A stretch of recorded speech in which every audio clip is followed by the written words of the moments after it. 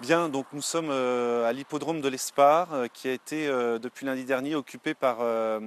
des gens du voyage, un millier, qui sont arrivés avec 300 caravanes, qui ont fracturé le portail d'entrée de l'hippodrome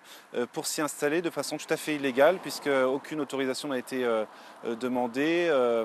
ni à la municipalité, ni à la préfecture. Donc ce qui se passe, c'est que on a le maire qui a demandé au préfet de faire évacuer le terrain. Et le préfet a répondu de façon tout à fait scandaleuse qu'il ne le ferait pas. Et ce qui pose un grave problème parce que les collectivités locales, donc les communes, les comités de communes, doivent créer des aires d'accueil du voyage qui coûtent très cher, qui sont subventionnés d'ailleurs par le conseil départemental qui investit plusieurs millions d'euros par an pour l'accueil des gens du voyage. Et quand l'État, d'un côté, oblige ces collectivités à investir avec l'argent du contribuable dans ces aires d'accueil, eh ben, il n'est pas capable de faire appliquer la loi républicaine, c'est-à-dire de faire expulser des gens qui occupent de façon illégale l'espace public. Donc j'ai contacté le sous-préfet cet après-midi pour lui faire part de mon indignation, rappeler que le contribuable paye de façon importante, encore une fois,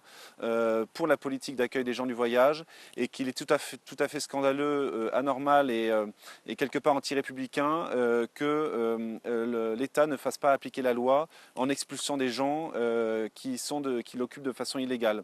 Donc voilà, d'une façon générale, je pense que le contribuable en a ras-le-bol d'être obligé de payer pour des gens qui ne respectent pas la loi. Et moi, je demande encore une fois à l'État qu'il remplisse sa mission et qu'il fasse expulser ces gens.